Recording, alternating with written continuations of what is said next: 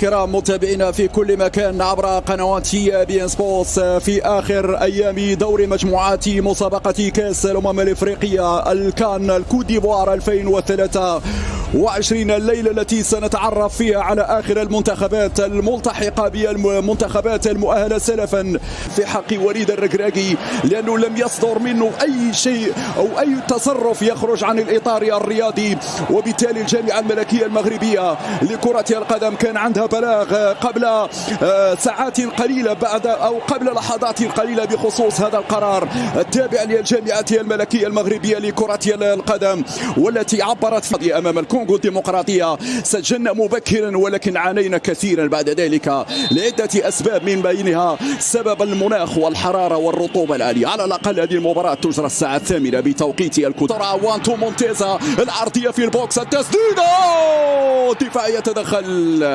أول كرة وأول تسديدة وأول فرصة تأتي أيوب الكعبي. نتمنى يستثمر في مباراة اليوم. عزدين يدخل، عزدين يمرر كرة، والمدافع موابي. لا زالت عندنا الكرة تبقى مغربية مع عزدين وناحي، طلب هناك من زياش المساندة من أشرف حكيمي. زياش استلم الكرة 1 على 1، زياش يعمل المراوغة، زياش يدخل مع أوناحي. ماذا سيفعل أوناحي؟ عاد لزياش. هنا فرق الفرديات، هنا عامل الفرديات، التسديدة ولكن تلمس المدافع في طريقه الى الركنيه جانبيه، ومره جانبيه. نايف اكرد، اعتقدت بانها في الشباك يا نايف، معلش هذه لا خطر للمنتخب المغربي، هذه لا ابرز لك يا نايف ياك ليسمع زئير اسود الاطلس في مدينه سان بيدرو. هكذا الانطلاقه وهكذا جاء الهدف عن طريق حكيم، ويعيد ذكريات الاهداف في مرمى تشيبولو بولو. 1-0 زياش وتعزيز الارقام في مساره مع المنتخب المغربي. هكذا نعم التقدم، وهكذا الفرحه، وهكذا الاجواء المميزه. من هنا البدايه،